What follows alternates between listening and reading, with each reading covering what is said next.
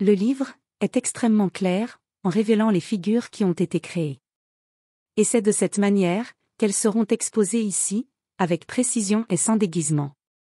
Ce langage sera la reproduction de ce qui est transmis, uniquement de bouche à oreille.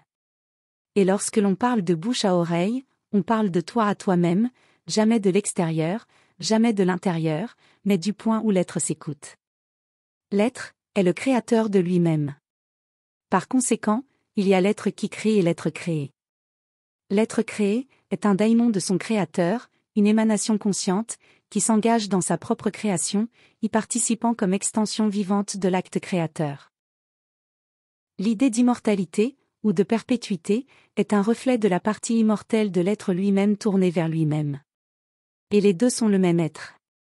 C'est-à-dire que tu es, simultanément, ta part mortelle et ta part immortelle. Le conflit naît de l'ignorance concernant la connaissance oubliée. Le daimon, fréquemment, confronte le créateur. En d'autres termes, l'être est constamment en conflit avec lui-même, entre ce qu'il sait et ce qu'il a oublié, entre ce qu'il est et ce qu'il est devenu. Le daimon perçoit les transformations comme des créations sur la création, en couches qui s'accumulent sur ce qui a déjà été manifesté. Il est un consommateur vorace de ces transformations, absorbant ce qu'il crée lui-même. L'ignorance sur la création, comprise comme la limitation du daimon dans son environnement, le rend étranger à son véritable rôle. Cette ignorance éveille soif et nécessité de connaître, poussée par la connexion entre l'être et lui-même, qui donne naissance à une troisième personne, révélant le point de conscience qui observe les deux. Il est impossible que deux personnes existent, sans qu'il y ait une troisième, celle qui perçoit la relation entre elles. La connaissance, paradoxalement, se trouve dans le savoir avili des cultures traditionnelles, savoirs qui ont été déformés, oubliés, ou ritualisés, au point de perdre leur essence. La culture traditionnelle est imposée au daimon, qui commence à chercher la connaissance, à partir de cette structure héritée. La culture elle-même se charge de donner forme au daimon, souvent une forme anthropomorphique, extérieure, qui ne correspond pas à sa nature originale, mais à l'image que l'environnement projette sur lui.